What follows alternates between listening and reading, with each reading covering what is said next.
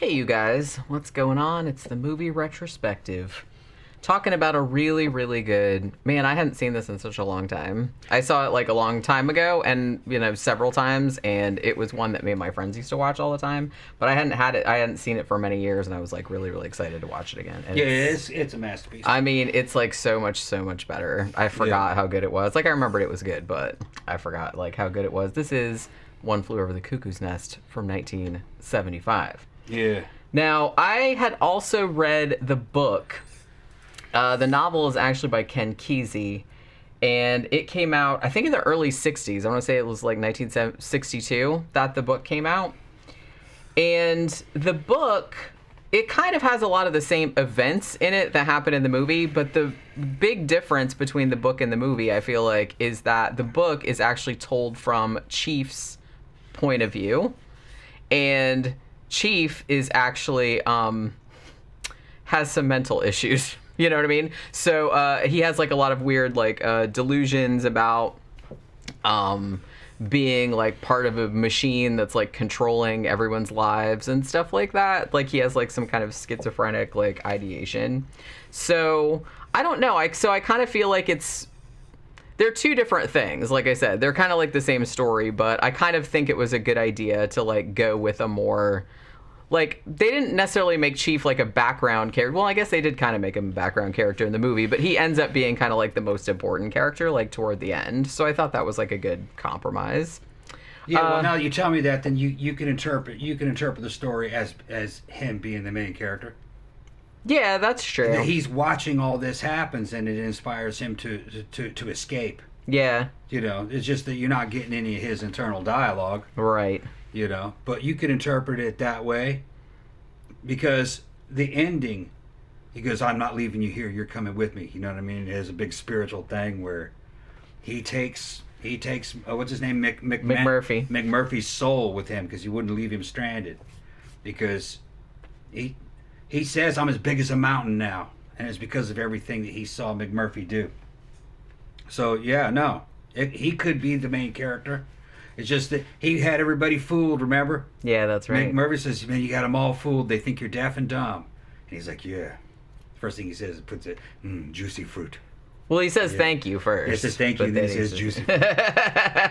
Yeah, so, yeah, you can interpret it that way. That's one way of telling it. Just like in The Shining, which he must have gotten the Shining gig on the back of this. Wouldn't you think? Who, Jack Nicholson? Yeah. Because I guess so, yeah. Being a crazy motherfucker, what he's doing in this one, but he's funny. I kind of feel because he'd been in movies prior to this, but I think he was 37 when this movie was made. Yeah. And I kind of feel like this is the first time he'd played a character quite like this. Yeah. You know what I mean? It's just like in The Shining. You can interpret The Shining movie as everything you see in the movie. That's in the book. That would have been Wendy's, kind of like Wendy's point of view. It is the book, Shining. It's just a slightly different point of view. Well, okay, I haven't read this book, but based on what you said, no, you could interpret this movie as being accurate to the books, just a different point of view. Yeah. You're not getting the damn internal dialogue of fucking Chief's mental problems, because he got out of that. He broke out of that, evidently. And we were trying to remember when we were watching the movie last night, because one of the big kind of plot points in the movie is that most of the men that are on the ward are there voluntarily. Yeah. And so we were trying, and Randall McMurphy, who is Jack Nicholson's character, he was one of the few that was actually made to go there. But Chief was another one that was committed. He was committed. Yeah, he did. His escape was real. Yeah, he actually did. Yeah. Okay. So it's kind of interesting, because all the guys that were there, all the rest of the guys pretty much, I think there was maybe one other one that was committed, but all the other guys that are kind of the main characters in the movie, they were all there voluntarily. Yeah, they wanted to be there. And they They could be guilt-tripped into staying there, which is one of the reasons why this movie builds up the way it is, because McMurphy takes this young guy under his wing, who's played by Brad Dourif, who's really he's there voluntarily. But he's being held there basically by evil women. One of them is mom, and the other one is Nurse Ratched. And McMurphy hooks him up with a girl and everything. McMurphy loans him his girlfriend for the night. Although I kind of thought I kind of felt like Candy was just like a prostitute that he knew, not necessarily his girlfriend. He said it was a friend of his. They were all gonna escape together. She's a good friend of mine. I think that he just told him that, like, just maybe. Because I think she was the hooker. Yeah, well, I think they were, but I think he knew them. Remember, because she was laughing, and it's like they knew, like yeah, she knew him. Other. Yeah, she knew him a long time. But like I said, what's interesting is that he didn't get any. Yeah, I don't think McMurphy got any. He loaned her to the Brad Dourif character, who was like this love-starved fucking pathetic kid, you know what I mean? And this is Brad Dourif's first movie, actually. Yeah, he's great in this. Right, he had never been with a woman, and then Nurse Ratched came out there and guilt tripped the hell out of him, which caused him to kill himself. And fucking McMurphy loses it. Yeah. And fucking tries to strangle out. She was trying to choke that bitch out because she was mean, man. She was mean. She was a psycho herself. Ratched. She was just using power. I do like the way that she's portrayed in this movie, though, because I kind of feel like Louise Fletcher, she actually got an Oscar for this. Actually, I think Jack Nicholson got an Oscar. Yeah. This was actually one of only 3 movies in the history of Oscars that got all 5, like the big 5. Yeah. You know what I mean? Like best film, best director, best lead actor, best lead actress, and what was the other thing? Best screenplay? I can't remember. But yeah, but it won like the big 5 that they call it. And the other 2, if in case you were curious, were It Happened One Night from 1934 and Silence of the Lambs from 1991. But I like the way, in the book, I kind of feel like, it's been a long time since I read the book, but the book is kind of a lot more, I don't want to say it's necessarily like gendered, but it's a lot more like misogynistic in the way that it approaches Louise Fletcher's character, like Nurse Ratched. And one of the things, they don't do this in the movie, which was probably like a good, idea. But in the book, he doesn't just like try to choke her, but he like tears her uniform open so everybody can see her tits. Yeah. And after that, nobody takes her seriously anymore because it's like, we saw her tits, you know what I mean? Yeah. So it's a lot more like kind of like sexual against her. Yeah. Whereas I feel like in the movie, that's what they would have done though. In the movie they kind of toned it down and the interesting thing is that Louise Fletcher was so good in this because she's just like so like her facial expressions are so scary. And the great thing about her is that she's like the antagonist, she's like the villain, but you can almost kind of like understand like why she has certain ways that because she's not like outright villainous at first, but the way that she goes about it is like really, really like passive aggressive at first, and she doesn't really like start to lose her cool until like later on. But she has kind of like a sadistic side to her because it's like you can tell. At the beginning of the movie, you could kind of argue, maybe she actually does think she's just doing her job and she does think that she's actually like helping these people and she cares about helping them. But I kind of feel like that point is crossed when, her and Randall McMurphy are like at odds all the time because she's very much an agent of order and he's very much an agent of chaos and she doesn't like it. So they're kind of at loggerheads. But then like she has an opportunity like at that meeting where like all the other hospital administrators are like, maybe he's not crazy. We could just send him back to the work farm because he's faking it. And she's like, no, I think we should keep him. Well, she wanted power over. That's what I mean. Yeah. So it's like if she was actually cared about any of her other patients or anything like that, she's like, get rid of him, he's like a bad influence. But she didn't. She's like, no, I want him to stay here because I want to fuck him over more. What the movie is showing is that Nurse Ratched and that institution's fucking restrictive policies were not helping those guys. They were making them worse. All right. McMurphy goes in there to lighten up the mood and give these guys adventure, give them men's culture, try to sneak them out, fucking take them on fishing trips and shit. And that was actually helping them. And she didn't like that. So she had to stop that. So she wasn't about helping the people. Yeah. And the Brad Dourif character, once she busted him for having sex with that woman, which is, it was totally normal, And she fucking went all psychosexually sadistic on him, about his mother and shit like that. Tried to shame him. And that would, in McMurphy's mind, not only did he try to kill her, he would try to expose her, as being, fucking fucked up, sexually fucked up. So in the book, that would have made sense to try to fucking defrock her, basically. It's literally embarrassing somebody means to pull their pants off. You're showing the bare ass. They used to do that shit in the medieval era. Embarrassing a motherfucker. After that, you couldn't take him seriously. But I kind of like... That's what they're doing. I mean, I kind of, in the context of the book... He's taking her power. Right, it worked. But I think, like, in the movie, they did it a little bit more elegantly because he kind of chokes her out. And then, like, in the next scene, like, you see her with the thing around her neck and her voice is kind of taken away. Yeah. And I kind of feel like her voice was her power. Yeah. You know, at least in the context of the movie. So the fact that she's, like, kind of kind of has to talk like that and no one's really listening to her anymore. So it's kind of like the same kind of Murphy thing. Tried to kill her. Oh, he did, yeah. To avenge the death of because he blamed her. He blamed her. She was guilty. Yeah, she was responsible for that. She did that. Big time. And because of that, you know, spoiler alert, they lobotomize fucking McMurphy.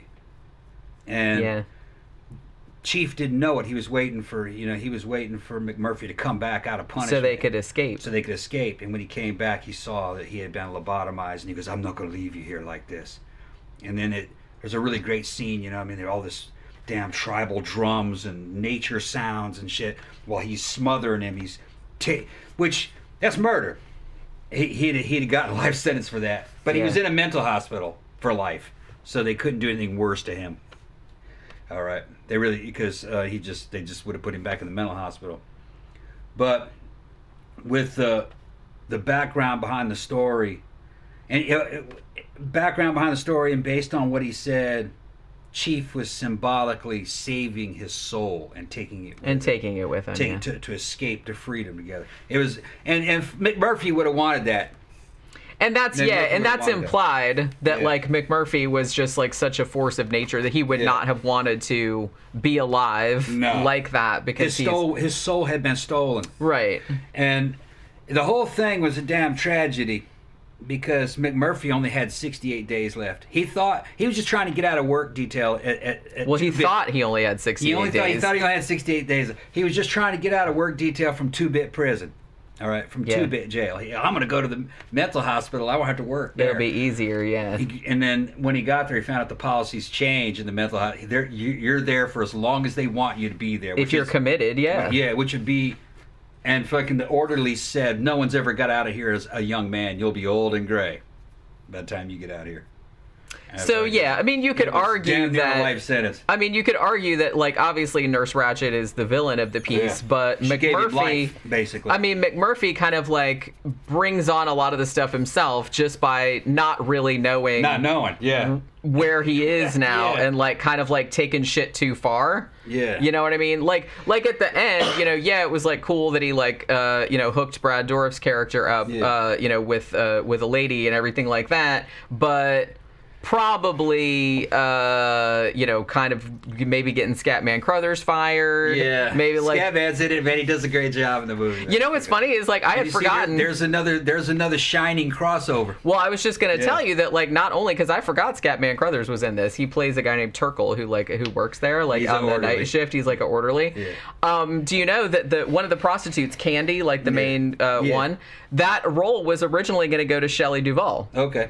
So that would have been more Shining thing, but then it ended up like not being her. Yeah. But that's and interestingly too, I think that because they were considering Shelley Duvall, the director, I think, or the producer was watching a movie that Shelley Duvall had been in, like to see if she was right for the part, and that movie also happened to have Louise Fletcher in it, and that's how they said, hey, we need to get her for Nurse Ratched, because they'd had like some other actresses like try out for it, but Louise Fletcher ended up being like perfect in this because, and like I said, I like that she underplays it. She doesn't come across as overtly villainous.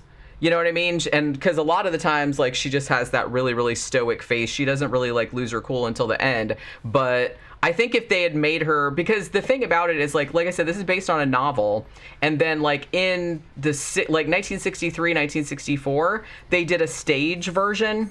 And I kind of feel like in the stage version, she was, like, a lot more overtly villainous, like, a lot more sadistic, like, openly. But I think it works better if it's like, underplayed because it seems more realistic.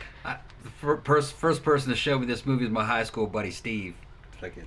And we were about 17. We had the hots for fucking Nurse Ratched. We were like... about who was gonna get a hand job from her and just weird shit like that. You know, but that's just something teenage boys they're like that. It's fucking funny. But seeing her again, she is cute.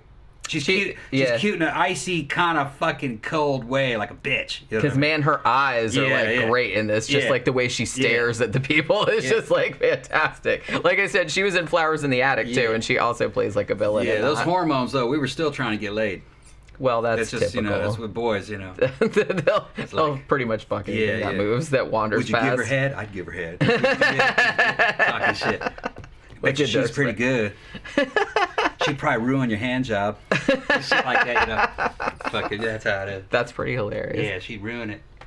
But yeah, because like I said, I hadn't seen this movie probably since the 90s. I kind of feel like that was the last time that I saw it. Yeah. And I had forgotten, I remembered that this was like an all-star cast, but I forgot that Brad Dourif was in it. This was his first movie. This was Christopher Lloyd's first movie. Danny DeVito was in it? Danny DeVito was in it. Actually, Danny DeVito was in an off-Broadway production of it, playing that same character, which is why they wanted to back. Eyes, the dude look. Michael Berryman, and he might not be credited because he doesn't talk. He's only he was in the background of one scene, and I think like there's just a scene of Jack Nicholson like looking at him for a minute because I'm like, that's Michael Berryman. Scatman Crothers. Scatman Crothers is in it. Never saw the actor that played Chief again. It's the only movie I've seen him in. No, he's been in tons of stuff. Will Sampson. This was actually his first movie too. He got discovered. This is a funny story.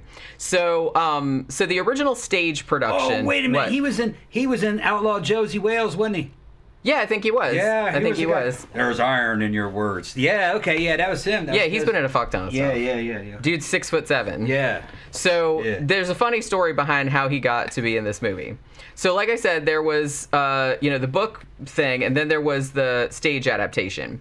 Now Kirk Douglas back in the 60s played the Randall McMurphy role on stage. And so he had the rights to the book, and he'd been wanting to make a movie like with him starring in it. But it took so long for the movie to get made that by the time that he got the movie made, he was too old. So by that point, he had sold the rights to Michael Douglas, his son. So they put, Jack Nicholson in it too, and they were like, okay, so we need somebody to play Chief. And they're like, we just need a big motherfucker, like a big Native American. Big Indian guy, yeah. And it's like, and they're like, yeah, there's obviously not that many, well, one, there wasn't that many Native American actors just in general, and there weren't any like big, huge ones. Yeah, and luckily the dude has got a classic face. His profile is strong nose and everything. He looks good. So Michael Douglas happened to meet this dude on a plane who owned a used car lot. Now this guy also appears in the movie as the guy that's like the harbor master when they steal the boat. And this guy said, yeah, well, wherever his used car dealership was, they had a lot of Native American customers because it was like near a reservation or something. Mm. And 6 months after like he had met Michael Douglas on the plane, he called up and he's like, I just saw the biggest fucking Indian. Like they were like, came in here and bought a car. Yeah. And so he gave him his name, and that's how he ended up in the movie. And he's I think this was his first movie, and he's fucking great in it. Yeah. But because he's just, like I said, he's the main character of the book. He's the POV character. So in this one, like I said, they kind of put him in the background a little bit, but he's always like watching kind of all the shenanigans. He kind of has his own backstory in the movie. He watched his dad try to suck on a bottle, but the bottle was sucking on him until he became yellow and shriveled. He was the size of a mountain when he started, and whittled him down to nothing, and that was bothering him. And Chief was talking about it. He says, man, you're big as a tree, you're big as a mountain and all that, and he goes, I don't feel that way on the inside. But all this adventures that he went on, well, actually, he watched McMurphy go through all these adventures, even escape one time when they were going to open a damn gate anyway. That was some funny shit. Yeah, he climbed over the fence. Well, I think he wanted to climb over earlier so he could get in the bus, I guess like so. Before they saw him. I think that's what he was doing. Maybe that's what it was, so he could steal the bus. But it was just, there's all these little funny things that McMurphy does that takes Chief out of his shell. You know what I mean? And in the end, he, before he realizes McMurphy has been lobotomized, he says, let's go, man. I'm as big as a mountain now, And yeah, because he made him feel, he was like an inspiration. Yeah. So that's really kind of the story. That's really kind of you know, it's kind of the meaning of this movie in a way, you know what I mean? That this guy had inspired these other dudes. Now, they find out why McMurphy's in prison. He didn't get very much time, but he was 38, and they asked him, says, what'd you do to get to prison? And he goes, had sex with this girl who was 15 going on, what did he say, 38? Something like that. 15 going on 35, and he just said, you know, and she told me she was 18. But when it's just staring there in the face, man, you just can't resist, you know. So he was in there for statutory rape. Yeah, that's why he was. Yeah, underage girl. And in the book, he's actually portrayed. They kind of toned this down a lot in the movie, which I'm kind of glad they did. But in the book, he comes across more as like a Christ-like figure. Like there's a lot of Christ imagery, allegory and imagery and stuff like that, which, like I said, kind of makes sense because you're seeing things from Chief's point of view, and Chief kind of sees him as a savior figure in a way. And also, I think it's clear, and I think this was probably like good for the adaptation too, because in the book, it's pretty clear that Chief is crazy. You know what I mean? Like, he's got some problems. Chief's mentally ill. Yeah, but in the movie, he seems like okay. You know what I mean? He doesn't seem like he'd bust out of the place and like be a serial killer or nothing like that. He seems like he's... Well, you don't know what's the his internal systems are. He just comes off real silent and shy. But you could say that you know, if you told me that in the book he's schizophrenic and he's got this internal world, I'd say, oh yeah, because he's in there. He's got like all kind of like conspiratorial like ideation, like everybody's out, like everybody's mechanical, and they're all like all these machines are like out to get him and stuff like that. He's not evil though. He's just mentally ill. And he overcomes it in the end after he takes a McMurphy soul and saves it. He goes and does what McMurphy can't do, and pull that big old damn sink-looking thing, the hydrotherapy like thing, and carry it across and throw it through the damn wall and make a big hole, and he just runs out. And everybody's like, yeah! You just see like he got out. His figure running off into the darkness. It's really good. Well, because the thing about it, I kind of feel like the implication of the movie is that particularly this one scene, which is like a great scene that a lot of people talk about, like where they have the big Christmas party, like he sneaks in all the booze, he sneaks in the two women, and they're just having like a grand old time. Like they pay off Scatman Crothers so they can like party on the ward. And so they do that. And there's a scene like kind of toward when it's getting like really, really late at night. Everyone's kind of drunk and laying around and singing or whatever. And the whole point of the party was supposed to be, it was this big party. It was going to be their goodbye party. Like Randall McMurphy and Chief were going to escape. But then he gets convinced to stay. He's like, you know, I really want to give Billy, which is Brad Dourif's character, like, you know, let him have sex with a girl because he never had. So there's a great shot of like Jack Nicholson just sitting, and you can see all these emotions like going over his face, like he knows I could be escaping right now. He's not escaping. It's funny. But I'm not escaping because it's like I want. So it's almost kind of like self-sacrificing. Right. That's what I'm saying. So when he first gets to the hospital, he's just like fucking around. He just didn't want to be on the work detail at prison, and he thought this would be easier. So he was faking being crazy so he would get sent to the hospital. But the longer he's there, the more he actually starts to connect and like care about these guys. And it's almost like he has the opportunity to leave and he doesn't, even though he knows that it's going to end badly for him. He's sitting there and you can tell he's kind of looking a little worried, and in the background you hear the sound of a distant train leaving. Like his opportunity. There it goes. And because he was in prison. He didn't get a long time. You know what I mean? He was going to get out eventually anyway. He was not a predatory guy. He was popular with women, and it was real charismatic. He had girlfriends and stuff. So it's not like he was some kind of child predator. It's just he got into a bad situation. She told him he was 18, and according to him. And I was like, that's what they all say. Because she was willing. She was willing, and I just couldn't say no. You know what I mean? Fucking... He was kind of a party animal, you know, wild man, you know, and but he wasn't trying to hurt anybody. He was just having a good time. And when he was in that negative environment, the only way he could fight back was to try to lighten everything up and kind of make fun of stuff and be defiant and come up with a different plan and let's escape and go fishing, you know. And it was helping these guys. Yeah, because those guys hadn't been committed. They were just there because they're kind of like saying they were just there because they were like afraid of life. Maybe that's kind of what they were. He wanted to see at. the World Series. He couldn't get him to vote on it. And he's telling Ratchet that's therapy. There was a disagreement over what therapy was. Right. Her therapy was bashing dudes and trying to guilt trip them and get them to talk about their problems and you could see and it wasn't just McMurphy that didn't fly. He didn't believe in this shit. It was the dude that would played the Doc from fucking Back to the Future. What was that character? Christopher Lloyd, yeah. Christopher Lloyd's. What was his character's name? Do you remember? I can't remember. Because he stood up and goes, "This is ridiculous." Remember that? Because stop attacking people and why are we doing this? Because he was sane enough to know that this wasn't therapy.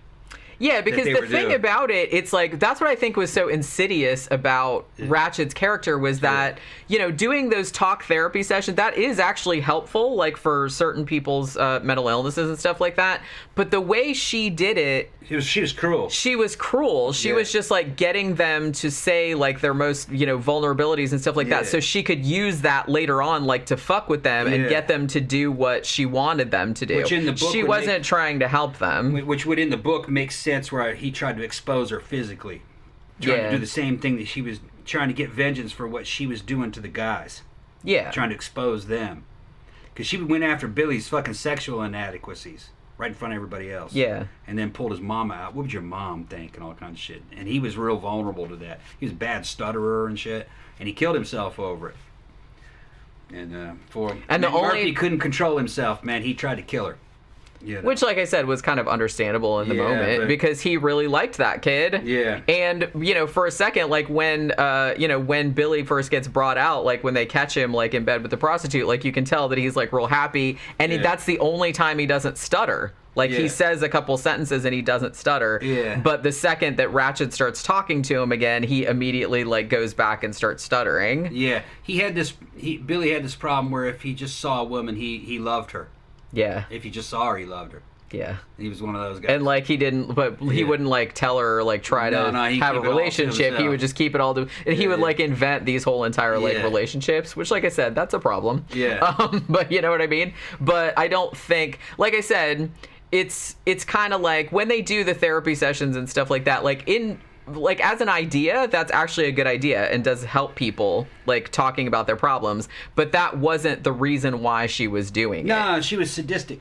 Yeah, and she was even about power. She was even getting all over that one guy's case. Now I don't think they say this outright. Like the one guy where they were talking about like that thought he was smarter than everybody else. That guy.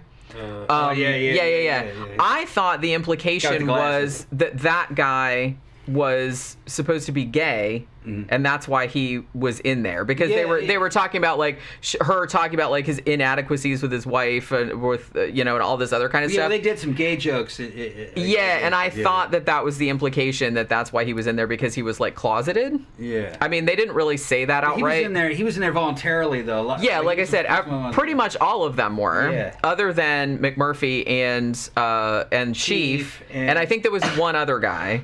It might have been Christopher Lloyd's character. No, I don't think it was. No. I think there was one other guy, but it wasn't like one of the main guys. Because he started teasing them. You guys can leave at any time, and you're in the... Yeah, because he didn't know that. Right. Like, as soon as they told him that, he's like... You guys can leave, and then you let me fucking... Like, fuck around. And get in trouble in front of her and all this time. I didn't know that I'm here for life now, basically. Yeah, because, well, they were just kind of, like, cheering him on, I guess, because he was doing what they couldn't do, like, stand up to her. I was fucking with Nurse Ratchet. I can get in trouble now. I didn't know. Yeah, and I could just be in here forever. He thought he only had 38 days. Yeah, or 68 days. Yeah. Well, like, but even before that, he got electroshock therapy. Like before, what's interesting? Where they shot this? They shot this in an actual mental hospital. Not only an actual mental hospital that's still around, although those buildings are gone, like the original buildings, but it was the exact mental hospital that the book was set in. Okay. Well, it's definitely not a set.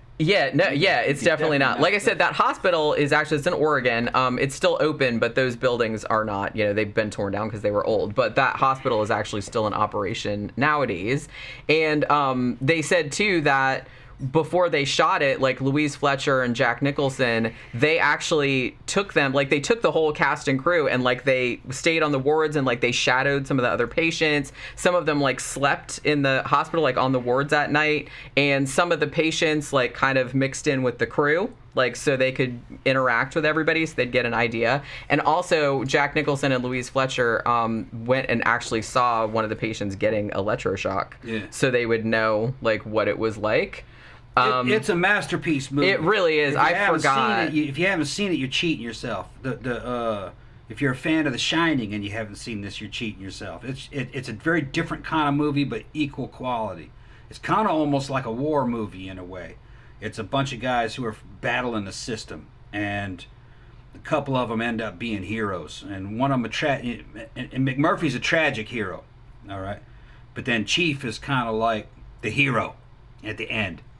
Because he saves, and a lot of it's symbolic. Yeah. But he saves McMurphy and escapes. He saves his soul and escapes. Yeah. And it's a good flick.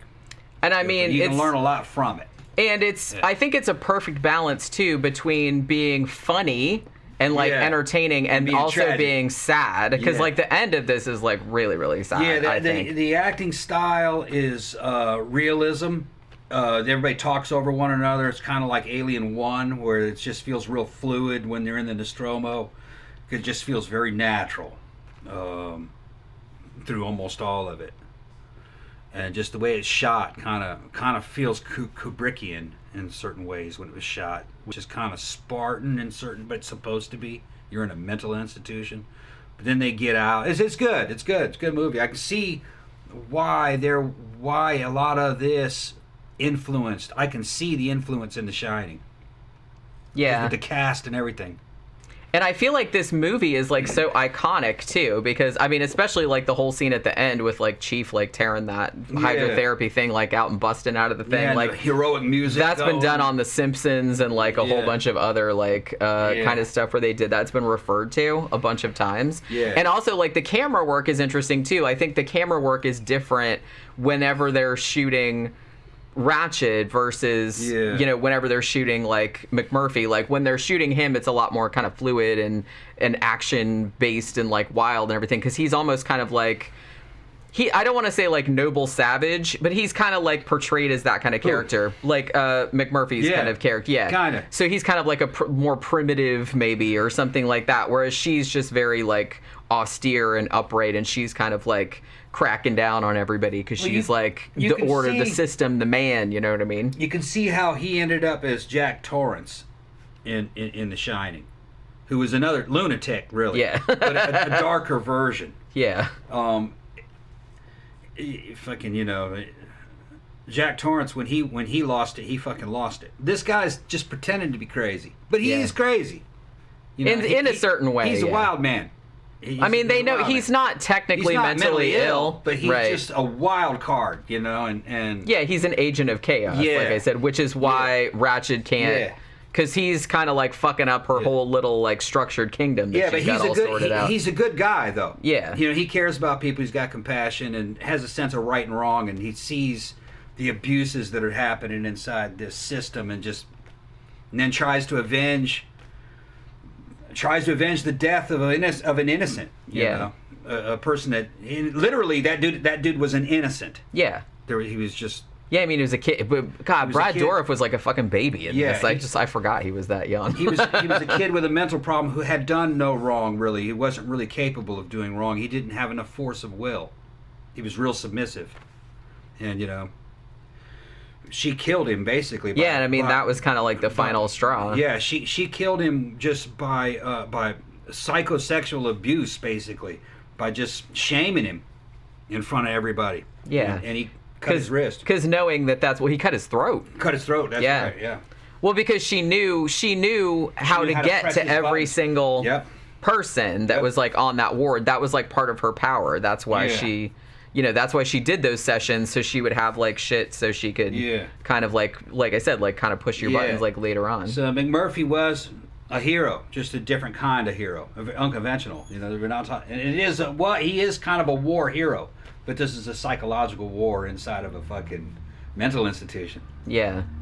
I forgot to say, too, that I think I've neglected to mention that this was directed by Miloš Forman, who also directed another one of my very favorite movies of all time, Amadeus, from 1984, which, that will always and forever be one of my favorite movies. But this, too, I mean, this is a completely different kind of movie than Amadeus, but, yeah, you can definitely see. It is a psychological war movie. He even has them in a formation. Remember? He was forming them up and calling them what is it? The mental gang, defectives, the or defecto gang, or something like that. But the defecto gang, the mental defecto gang, or something, you know. And he's kind of it's like his little personal army that he was helping them, and of course, he was in the system. Like I said, he was just trying to get them out of their shells and trying to get them out of their own way and get some of them to go home more than anything. Because like I said, it would be different if he came in there and there were actual like people with really severe mental illnesses that were criminally insane, and he was like, let's get out of here. Like, that would obviously be fucked up. But all of these guys, they were, they had problems, but they weren't that bad. They weren't that bad. Well, they had the catatonic, all fucked up ones. Right. He goes, we're not talking about them. Yeah. They don't count. Yeah. Basically. That's what he was. Remember, he told Nurse Ratched, I'm not talking about them. They're. Yeah, they didn't even know what was going on. Yeah, Right. Because they were just catatonic and standing there and didn't speak, and so they were kind of like the zombies. Yeah. And he was just talking about he wasn't like the trying to get them out. Right. You couldn't do anything with them. He was talking about the ones that could leave. Yeah. Yeah. That just kind of like needed to get their shit together a little bit. Yeah. But yeah, I mean, if you haven't seen this in a while, please like rewatch it, because I had not seen it since the 90s, and I forgot how good it was. How good, like, the ensemble cast is just like amazing. Like, everybody in this is good. The direction is good. You could watch it 4 times in a row and probably pick up new things each time seeing it. It's detailed.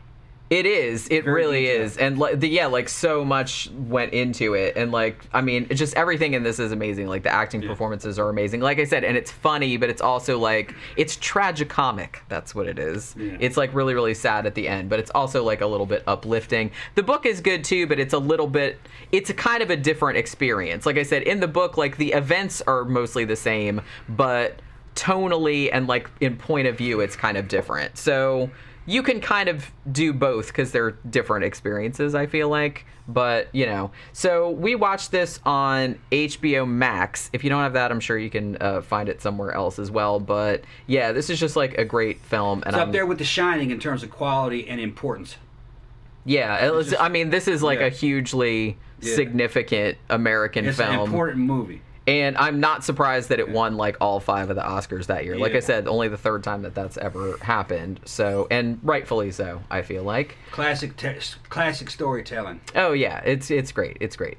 So so that'll do it for this movie retrospective. We will see you guys again on the next one. Bye.